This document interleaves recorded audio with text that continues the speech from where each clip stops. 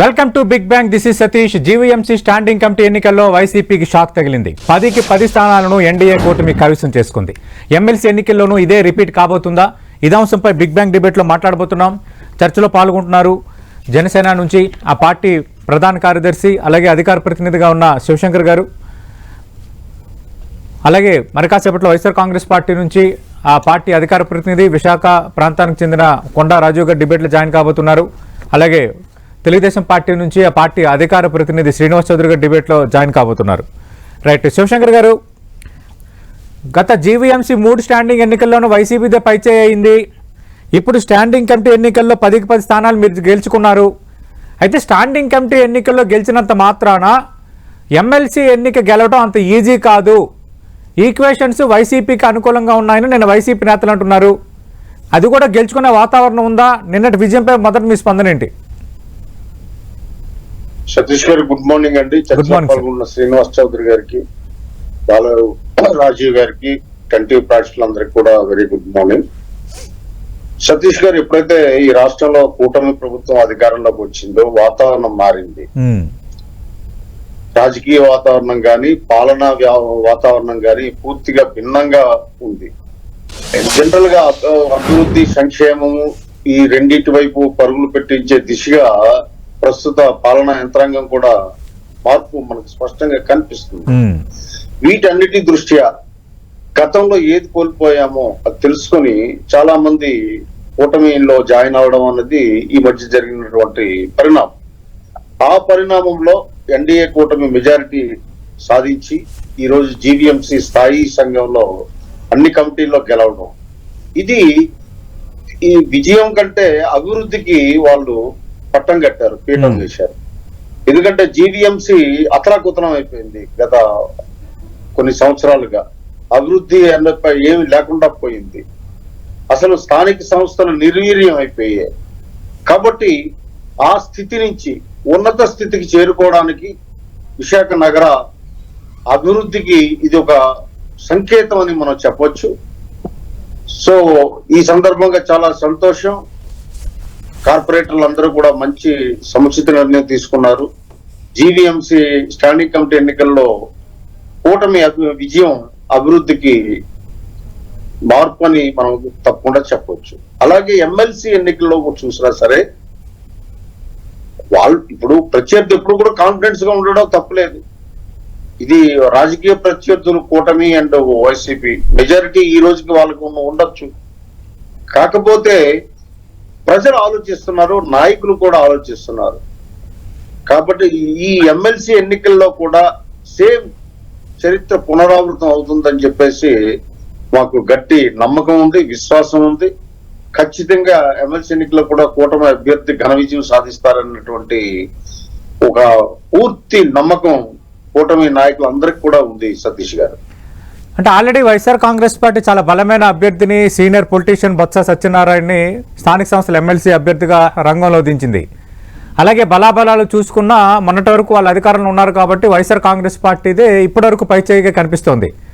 అంటే వాళ్ళకి సంబంధించిన స్థానిక సంస్థల ప్రజాప్రతినిధులు ఏమైనా మీ వైపు రాబోతున్నారా? లేదంటే ఆపరేషన్ ఆకర్షణ ఏమైనా కూటమి నేతలు స్టార్ట్ చేశారా? విజయం ప్రాంత ధీమా ఎందుకు? శివశంకర్ గారు, ఇప్పుడు సత్యనారాయణ గారు బలమైన ప్రత్యర్థి కాదనలేము. మొన్న కూడా ఎన్నికల్లో కూడా ఆయన బలమైన ప్రత్యర్థి కదా. మొన్న ఎన్నికల్లో చాలా బలమైన ప్రత్యర్థులు ఎంత చిత్తుగా ఓడిపోయారు, ఇవన్నీ కూడా మనం పరిగణలోకి తీసుకోవాలి. ఇప్పుడు పూర్తి రాజకీయ వాతావరణం రాష్ట్రంలో మారిపోయింది. ప్రతి ఒక్కరికి అర్థమైంది అసలు గత ప్రభుత్వంలో ఏంటి కోల్పోయాము అనేది అర్థమైపోయింది. స్వేచ్ఛ కోల్పోయాం, స్వతంత్రం కోల్పోయాం, అభివృద్ధి కోల్పోయాం, అప్పుల్లో మహిమయం అయిపోయాము, చిన్న భిన్నం అయిపోయింది రాష్ట్ర వాతావరణం అంతా కూడా. కాబట్టి ఖచ్చితంగా ఎలా గెలుస్తామనే విషయాన్ని మీ దృష్టికి ఇప్పుడు నేను చెప్పలేను, కానీ ఖచ్చితంగా వాళ్ళు నాయకులే వస్తున్నారు, కూటమి ప్రభుత్వాన్ని బలపరుస్తున్నారు. మేము కూటమి ప్రభుత్వంతో ప్రయాణం చేస్తాం అంటున్నారు. కూటమి ప్రభుత్వం వల్ల ఈ రాష్ట్రానికి మంచి జరుగుతుంది అని అంటున్నారు. కూటమి ప్రభుత్వం వల్ల అభివృద్ధి జరుగుతుంది అంటున్నారు. విలువలు అన్ని పెరుగుతున్నాయి అని చెప్పేసి ప్రత్యర్థి నాయకులే కూటమి వైపు ఆకర్షితులు అవుతున్నారు. మేమైతే ఎవరిని రమ్మనమని కోరడం కానీ ఏం లేదు. వాళ్ళంతటా వాళ్ళే వాలంటీర్ గా మేము కూటమితో ప్రయాణం చేస్తాం. ఈ ప్రభుత్వం వల్ల, ఈ ప్రభుత్వం ద్వారా ఈ రాష్ట్ర అభివృద్ధి సాధ్యమవుతుంది అన్నటువంటి బలమైన విశ్వాసంతో వస్తున్నారు కాబట్టి అది కూడా మనం చూస్తారు. ఇప్పుడు ఈ రోజు వాళ్ళ వ్యూహాలు వాళ్ళకుంటాయి. ఎందుకంటే ఓడిపోయిన ప్రత్యర్థి ఎప్పుడు కూడా చివరి వరకు గెలుస్తాననే అంటుంటారు. లాస్ట్ ఎన్నికల్లో సాధారణ ఎన్నికలు కూడా అదే జరిగింది. చివరి వరకు మేము 151 వైనాట్ 175 అని చెప్పేసి వాళ్ళ కేడర్కి కానీ వాళ్ళ నాయకులకు కానీ కాన్ఫిడెన్స్ క్రియేట్ చేయడం కోసం మాట్లాడతారు. కానీ ఫలితం అర్థమవుతుంది ఏమి జరిగింది, అసలు పరిస్థితులు ఏంటి, స్థితులు ఏంటి అన్నది. ఖచ్చితంగా ఎమ్మెల్సీ ఎన్నికల్లో కూడా హిస్టరీ రిపీట్ అవుతుంది సతీష్ గారు, అందులో ఏమాత్రం సందేహం లేదు. రైట్. ప్రస్తుతం డిబేట్ లో జాయిన్ అవుతున్నారు వైఎస్ఆర్ కాంగ్రెస్ పార్టీ అధికార ప్రతినిధి కొండా రాజు గారు, అలాగే ఫోన్ లైన్ లో ఉన్నారు వైఎస్ఆర్ కాంగ్రెస్ తెలుగుదేశం పార్టీ జాతీయ అధికార ప్రతినిధి జ్యోత్స్న గారు. జ్యోత్స్న గారు good morning madam. Good morning Jyotsna గారు, నిన్న జీవీఎంసీ స్టాండింగ్ కమిటీ ఎన్నికల్లో 10కి 10 స్థానాలు మీరు గెలుచుకున్నారు. బట్ ఎమ్మెల్సీ ఎన్నికలు ఇది రిపీట్ కాదు, ఎమ్మెల్సీ ఎన్నికల్లో మా బలం వేరేగా ఉందని వైఎస్ఆర్ కాంగ్రెస్ పార్టీ అంటుంది. నిన్నటి Visakha GVMC greater Visakha municipal corporation standing committee ఎన్నికల్లో విజయంపై మీ స్పందన ఏంటి? గుడ్ మార్నింగ్ సతీష్ గారు, మీకు ప్యానల్ లో ఉన్నటువంటి రాజీవ్ గారికి అలాగే ప్రేక్షకులందరికీ. ఇప్పుడు బేసికల్ గా మేము అక్కడ ఇమ్మడలేకపోతున్నాం వైఎస్ఆర్సీపీలో కూడా వైఎస్ఆర్సీపీ అనేటువంటిది నిన్న వాళ్ళు చెప్పినటువంటి మాటే కొంతమంది. సో ఎనీవేస్ ఇప్పుడు రాజకీయంగా ఖచ్చితంగా మా పార్టీ రేపు పొద్దున కూటమిగా కూడా మేము పోటీ చేస్తాము ఎమ్మెల్సీ ఎన్నికల్లో. there's nothing wrong in giving it a try అండి. రాజకీయంగా అది మాకు ఉన్నటువంటి హక్కు, ప్రజాస్వామ్యంగా మాకు వచ్చినటువంటి హక్కు అది. సో ఖచ్చితంగా పోటీ చేయడంలో తప్పేం కనపడట్లేదు నాకు. సరే, వాళ్ళు ఎందుకు భయపడుతున్నారు అని అంటే వాళ్ళు ఇప్పటి వరకు కూడా ఏ రకమైనటువంటి ఒక మొనోపలీలో ఉన్నారు అనేటువంటిది మనందరం చూసాం కదా సతీష్ గారు. వాళ్ళ పార్టీలో ఉన్నటువంటి ఎమ్మెల్యేలు ఎంపీలుగా ఉన్నటువంటి వ్యక్తులు కూడా బయటకు వచ్చి చాలా అంటే మొన్న కూడా మాజీ ఎమ్మెల్యేగా ఉన్నటువంటి ఆయన చాలా క్లియర్ గా మెన్షన్ చేశారు, అక్కడ ఉండాలి అంటే 2 క్వాలిఫికేషన్స్ అయితే ఐదర్ మనం ఏదన్నా ఒక తప్పు లైక్ ఎమ్మెల్సీ అనంత బాబు లాగా చేసి ఉండాలి, లేకపోతే పక్క పార్టీ వాళ్ళని ఖచ్చితంగా తిడుతూ ఉండాలి, బూతులు తిడుతూ ఉండాలి. ఆ క్వాలిఫికేషన్ కనుక లేకపోతే ఇమ్మడడం కష్టం. ప్రజలకు ఏదో మంచి చేద్దాం అనేటువంటి ఆలోచన ఉంటే మాత్రం ఏమీ నడవదండి ఇక్కడ. ఇవన్నీ నా మాటలు కాదు సతీష్ గారు, వాళ్ళ మాటలు. వాళ్ళ పార్టీలో ఉండి వాళ్ళ పార్టీలో ఉన్నటువంటి కొంతమంది వ్యక్తులు ఎప్పుడైతే లేదండి మా వల్ల కావట్లేదు, మేము బయటకు వచ్చేస్తాం, we cannot take all this అని అన్నటువంటి పరిస్థితి ఇది. సో ఇవాళ రోజున ఖచ్చితంగా వీఆర్ కంటెస్టింగ్. ఏం జరుగుతుందో చూద్దాం. పెద్ద అందులో అంటే మరి దానికి వీళ్ళు ఎందుకు భయపడుతున్నారో నాకు అర్థం కావట్లేదు. అంటే చల్లని ఓట్లను కూడా తొలగించకుండా ఓట్లు లెక్కించారు, ఇది వైఎస్ఆర్ కాంగ్రెస్ పార్టీ ఆరోపిస్తుంది. సతీష్ గారు, వైఎస్ఆర్ కాంగ్రెస్ పార్టీ అధికారంలో ఉన్నప్పుడు ఒకలాగా, అంటే వాళ్ళు గెలిచినప్పుడు ఒకలాగా, వాళ్ళు ఓడినప్పుడు ఒకలాగా ఉంటారనేది మీకు నాకే కాదు ప్రజలందరూ కూడా చూసారా లేదా? 2019లో ఎలా మాట్లాడారు ఎలక్షన్ల తర్వాత, ఇవాళ ఎలా మాట్లాడారు ఎలక్షన్ల తర్వాత, అన్ని మనం చూస్తూనే ఉన్నాం కదా. So I think you don't have to give much importance to them, because వాళ్ళు ఏదో పాపం ఫ్రస్ట్రేషన్ లో డిప్రెషన్ లో ఉన్నారు. మరీ ఎక్కువగా పాపం మీరు కూడా వాళ్ళని ఊరికే ఏంటండి వైఎస్ఆర్సీపీ వాళ్ళు ఇలా మాట్లాడుతున్నారు మీరు మమ్మల్ని అడగడం కూడా వేస్ట్ సతీష్ గారు. వాళ్ళు చాలా డిప్రెషన్ లో ఉన్నారు, చాలా ఫ్రస్ట్రేషన్ లో ఉన్నారు. Let them be like that. మేము ఒకటి చెప్తున్నాను మిగతా పరిస్థితి ఎలా ఉన్నా విశాఖపట్నంలో త్వరలో జరగబోతున్న ఈ స్థానిక సంస్థల ఎమ్మెల్సీ ఎన్నిక అనేది మీ రెండు పార్టీల మధ్య కేంద్రీకృతమైంది. నేను ఒక మాట చెప్తున్నాను వినండి, మాకు ఒక్కటే ఎజెండాలో ఉందండి, ప్రజా అభివృద్ధి, రాష్ట్ర అభివృద్ధి, ప్రజా సంక్షేమం, అంతే. మాకు ఇంతకు మించినటువంటి ఎజెండా ఏమీ లేదు.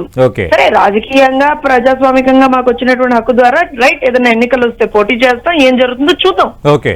That is not of a big importance to us. Definite గా రాష్ట్రాన్ని ఎలా అభివృద్ధి చేసుకోవాలి, రేపు పొద్దున్న ప్రజలకి ఏ విధంగా మంచి చేయాలి, ఈ వచ్చిన 50 రోజుల్లో ఎంత మంచి చేశామో మీరు చూసారు, ఎన్ని పథకాలను మేము అమలు చేస్తున్నామో, పేద ప్రజల కోసం ఏ లెవెల్ వరకు వెళ్లి పనులు చేస్తున్నాం అనేటువంటిది కూడా చూస్తున్నారు. పొద్దున్న 6 గంటలకే నెల మొదటి రోజు నుంచి పెన్షన్లు ఇచ్చేస్తున్నాము. ఎంత ఇబ్బందులు ఉన్నా సరే ప్రజలను ఆదుకుంటున్నాము. రేపు ఆగస్టు 15వ తారీఖు నుంచి ఏవైతే అన్న క్యాంటీన్లు కూడా స్టార్ట్ అయిపోతాయి, పేదోడికి పట్టడం అన్నం పెట్టేవి. సో మా అజెండా అనేది మీకు ఈ పార్టీకి అర్థమైపోవాలి, ప్రజలకు కూడా అర్థమైపోయింది. మేము వాళ్ళు చేసే ఫేక్ ప్రచారం, వాళ్ళు చేసే ఫేక్ ప్రచారాలు, వాళ్ళు మాట్లాడే అబద్ధపు మాటలు, బూటకపు మాటల మీద Okay. ఏ మాత్రం కూడా Okay. వెనికేదే లేదు. ప్రజల కోసం రాజకీయాల్లోకి వచ్చాం, ప్రజల కోసం పనిచేస్తున్నాం, ప్రజల కోసమే పనిచేస్తామండి. రైట్. ఇలా మీరు ఎన్నికలు అంటారా, వస్తాయి, ఖచ్చితంగా పోటీ చేస్తాము. ఎవరైతే ప్రజలకి సేవ చేయాలి అని అనుకుంటారో ఓకే, వాళ్ళకి ఖచ్చితంగా కూడా కూటమి ప్రభుత్వం అండగా నిలబడు. Right right. Thank you Jyotsna గారు. రైట్, కొండా రాజు గారు, అటు టీడీపీ స్పందన చూశారు, అలాగే జనసేన స్పందన చూశారు. స్టాండింగ్ కమిటీ ఎన్నికల్లో 10కి 10 స్థానాలు కైవసం చేసుకుంది నేను ఎన్డీఏ కూటమి. మీ పార్టీ ఉత్తరాంధ్ర జిల్లాల ఇన్ఛార్జ్ ఉన్న వైవి సుబ్బారెడ్డి అక్కడే ఉండి రాజకీయం నేర్పినా, మీరు కొంత క్యాంప్ రాజకీయానికి తెరలేపినా ఫలితం మాత్రం వాళ్ళకు అనుకూలంగానే ఉంది. రేపు స్థానిక సంస్థల ఎన్నికల్లో కూడా, స్థానిక సంస్థల కోట ఎమ్మెల్సీ ఎన్నికల్లో కూడా ఇదే రిపీట్ కాబోతుంది, ఇంకా అందులో డౌటే లేదని అంటున్నారు శివశంకర్ గారు, జ్యోత్స్న గారు. సతీష్ గారు, ముందుగా మీకు 10 టీవీ న్యూస్ ఛానల్ వీక్షకులకి, శివశంకర్ గారికి, జ్యోత్స్న గారికి అందరికీ కూడా నా హృదయపూర్వక నమస్కారాలు, శుభోదయం. నమస్తే. ఈ యొక్క స్థాయి సంఘం ఎన్నికలు ఏదైతే ఉన్నాయో గడిచినటువంటి 3 ఏళ్లలో వరుసగా మేము హ్యాట్రిక్ సాధించాం వైఎస్ఆర్ కాంగ్రెస్ పార్టీ. రెండోది, ఈ యొక్క స్థాయి సంఘం ఎన్నికల కోసం అయితే క్యాంప్ రాజకీయాలు అంటే డబ్బులు కొనుగోలు రాజకీయాలు అయితే మేము జరపలేదు తప్ప, ఎస్ కార్పొరేటర్లని మాతో ఉన్నటువంటి, అంటే గతంలో మాకున్న బలం నుంచి జనసేనకో టీడీపీకో వెళ్ళిపోయి మిగిలిన మా కార్పొరేటర్లు ఎవరైతే ఉన్నారో వాళ్ళందరినీ కూడా జగన్మోహన్ రెడ్డి గారు పిలిపించుకుని క్యాంప్ ఆఫీస్ ఆయన మాట్లాడడం జరిగింది. మాట్లాడి కూడా జగన్మోహన్ రెడ్డి గారి వ్యక్తిత్వం అంతే జుత్తు లేకపోతే కాళ్ళు పట్టుకునే వ్యక్తిత్వం కానే కాదు. గెలిచినా ఓడినా చచ్చినా బతికినా ఏనుగు వెయ్యి అన్నట్టు ఉంటాడు జగన్మోహన్ రెడ్డి గారు.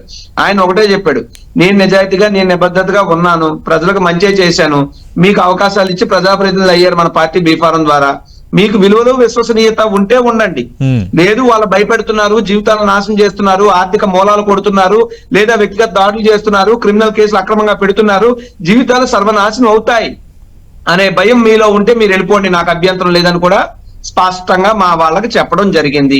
అయితే జరిగినటువంటి ఎన్నికల్లో కూడా చాలా లోపాలు జరగడం వాస్తవం. అయితే పెద్దలు శివశంకర్ గారు లాంటి గొప్ప ఆయన మాట్లాడుతూ మాట్లాడారంటే స్థానిక సంస్థలు నిర్వీర్యం అయిపోయి, ఎప్పుడు అయ్యాయండి నిర్వీర్యం?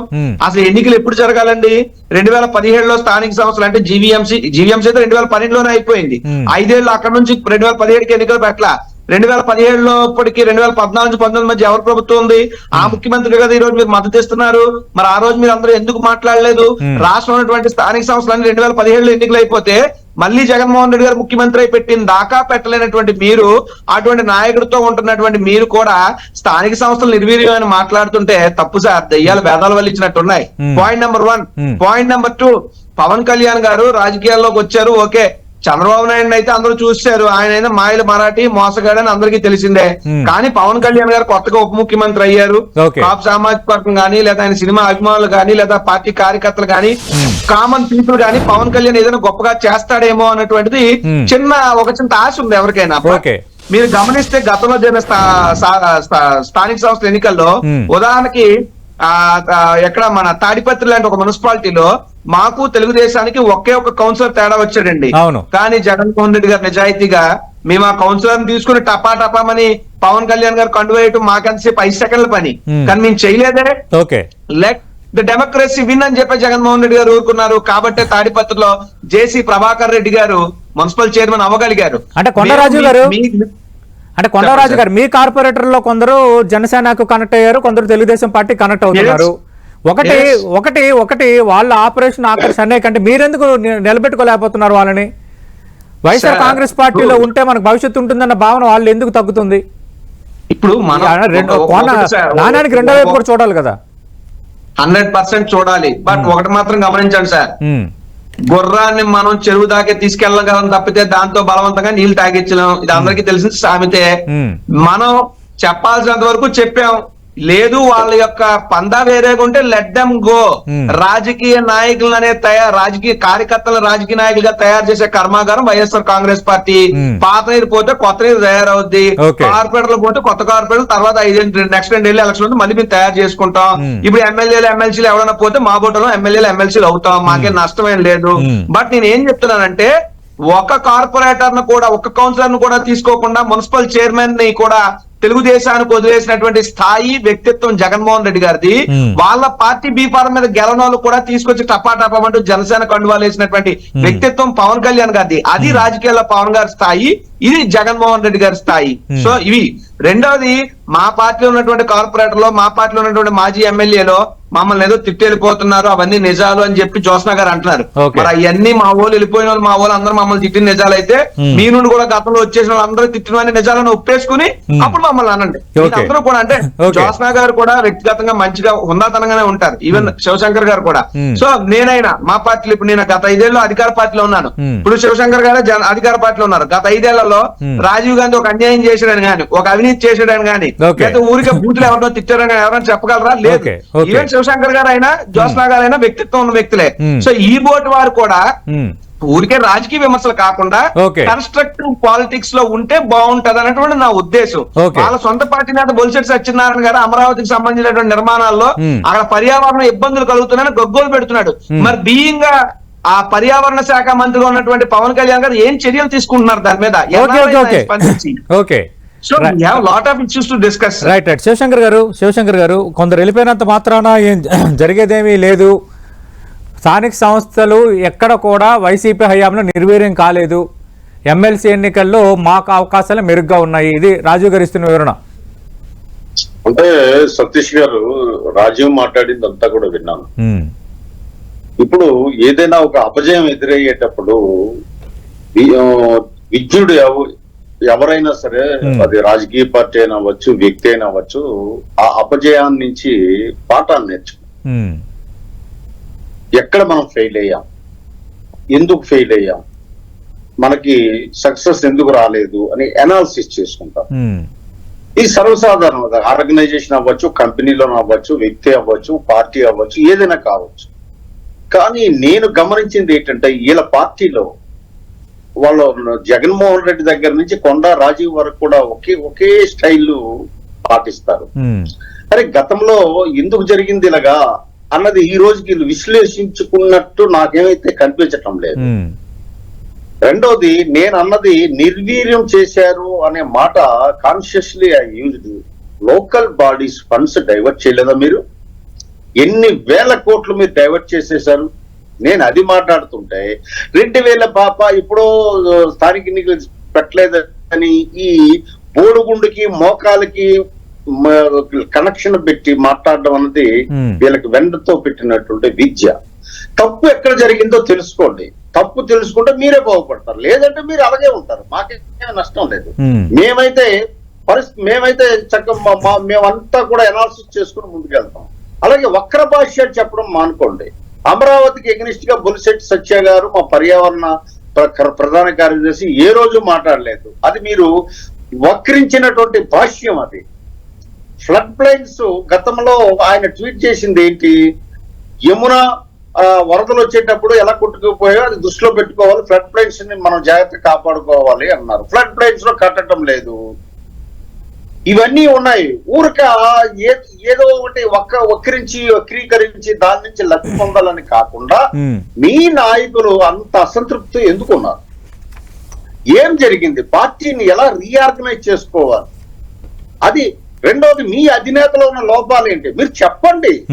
మీరు అధినేతకి స్పష్టంగా చెప్పండి, అయ్యా నీ వల్లే మేము గెలిచాము పదవుల్లో, కానీ నీలో ఈ లోపాలు ఉన్నాయని చెప్పండి.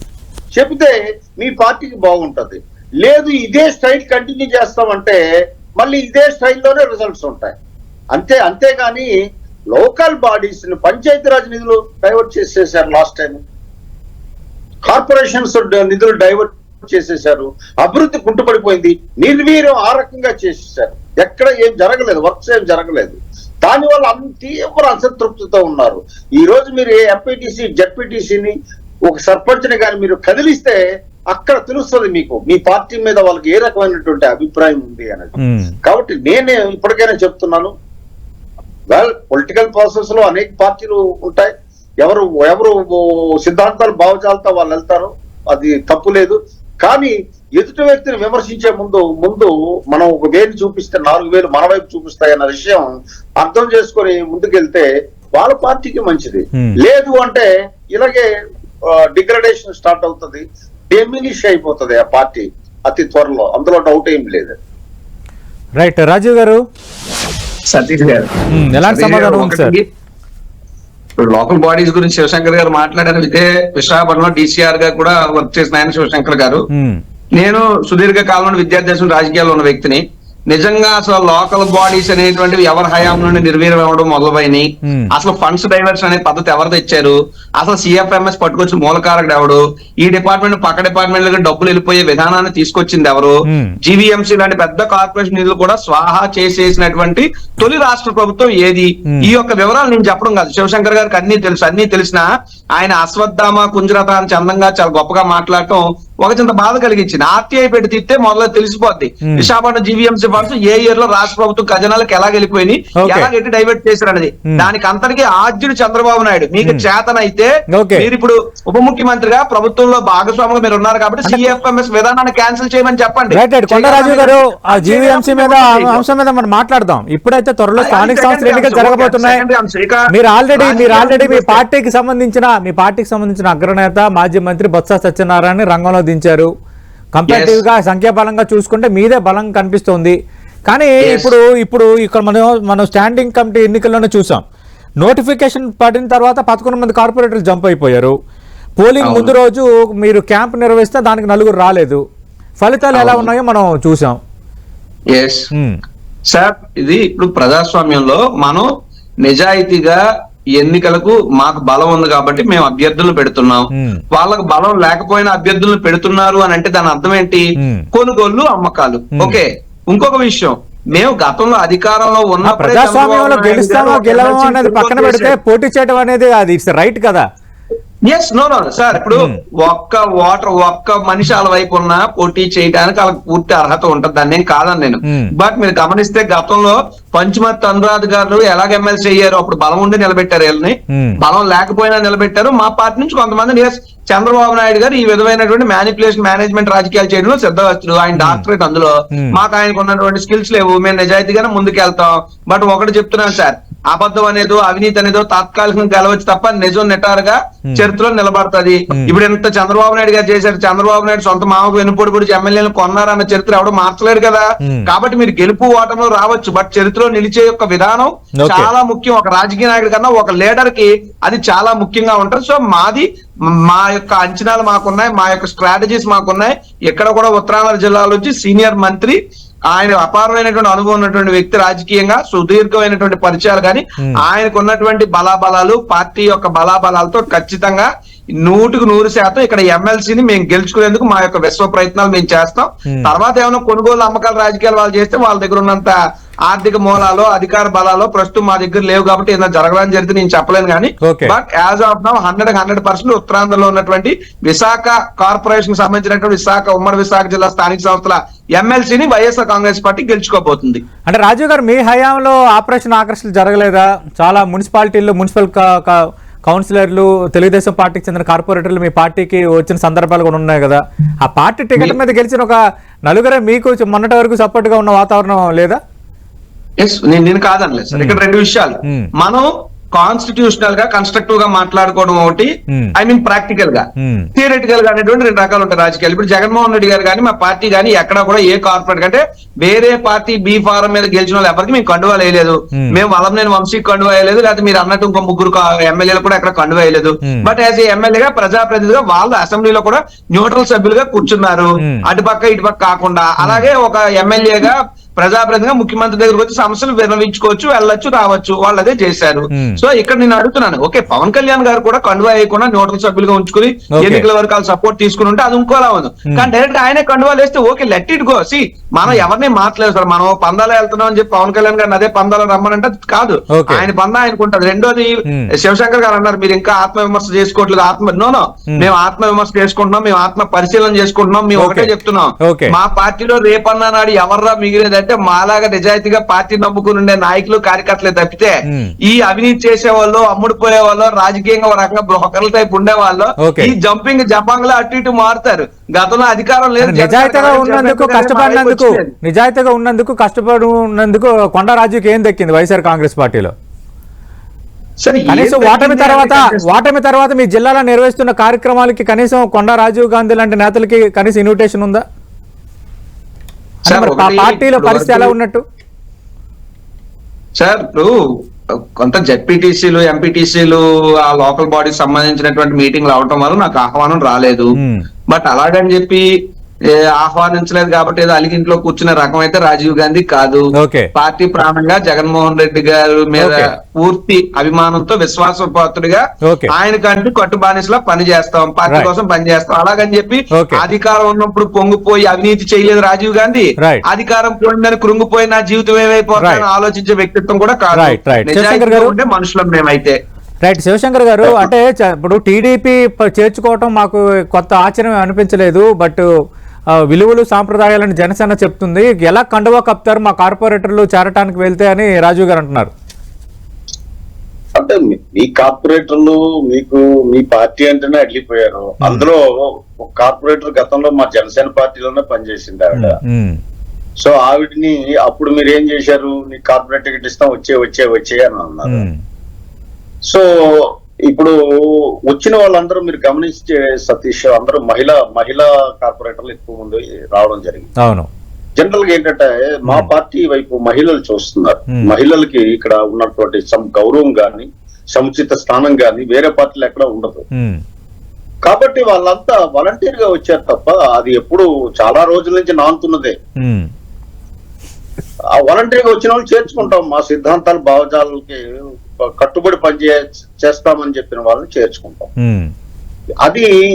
అది సర్వసాధారణ. అది మేమేమి అందులో నైతికతని మేమే తప్పు చేసి మేమే ఎవరిని తీసుకోలేదు. అటువంటి రాజకీయాలు జనసేన ఇప్పుడు చేయదు, యాజ్ ఈ రైట్లీ సెడ్. కానీ ఇక్కడ నాకు బాధ ఎక్కడ వేస్తుంది అంటే బొత్స సత్యనారాయణ గారిని తీసుకొచ్చి నిలబెట్టారు. గతంలో ఝాన్సీ గారిని కూడా ఇక్కడ ఎంపీ గారిని నిలబెట్టారు. అంటే ఓడిపోతారని తెలిసి ఝాన్సీ గారిని నిలబెట్టారు. అంటే ఇది బొత్స గారి లాంటి సీనియర్ నాయకుడు అని అందరూ ఒప్పుకుంటారు, ఏ పార్టీలో ఉన్నారని. అంటే బొత్స గెలవడం ఖాయం, శాసన మండలిలో ప్రతిపక్ష నేత హోదా ఆయనకు రావడం ఖాయం అని వైసీపీ ఇచ్చిన హామీ, వైసీపీలో జరుగుతున్న చర్చ అని ఆయన తెచ్చారు ఇక్కడ అని వాళ్ళు ఆయన తెచ్చారు.